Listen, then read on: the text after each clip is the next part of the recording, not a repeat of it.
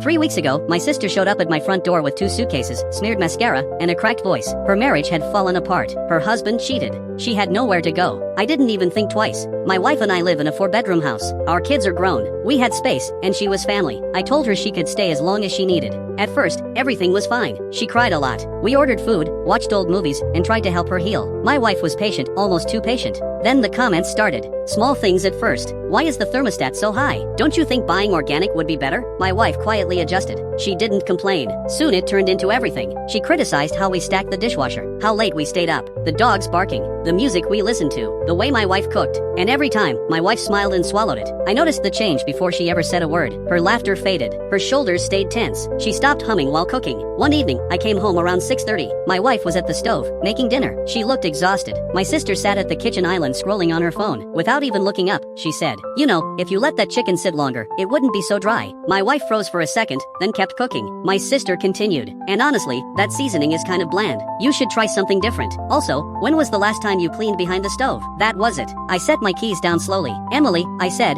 calm but firm. She looked up. "What? Stop criticizing my wife." She scoffed. "I'm just being honest. I'm trying to help." "No," I said, looking her straight in the eyes. "Your opinion doesn't matter in this house." Her mouth dropped open. "Excuse me? This is our home. We pay for it. We run it. You're a guest, and lately, you've forgotten that." She stood up, angry. "I'm your sister, and she's my wife," I said. "The woman who gave up her space for you, who cooked for you every night, who treated you with kindness while you tore her down." Tears filled her eyes. "I didn't mean it like that. You were hurting, and you took it out on her," I said. "That stops now." The kitchen was silent. My wife hadn't moved. She was still holding the spatula, eyes wide. I turned to my sister. "You can stay, but things change. You help, you show respect, and you keep your criticism to yourself, or you leave." She ran upstairs and slammed the door. My wife finally turned to me, tears in her eyes. "You didn't have to defend me like that." "Yes," I said, pulling her into a hug. "I absolutely did." An hour later, my sister came back down. She ate dinner quietly. Then, barely above a whisper, she said to my wife, "Thank you." The next morning, she apologized, really apologized. She admitted she'd been projecting her pain, said her therapist had pointed it out. Things changed after that. She helped with chores,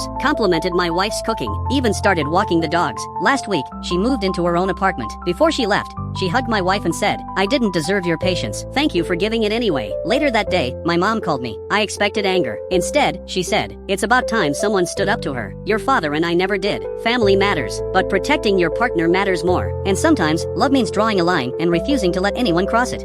Family matters, but protecting your partner matters more. And sometimes, love means drawing a line and refusing to let anyone cross it.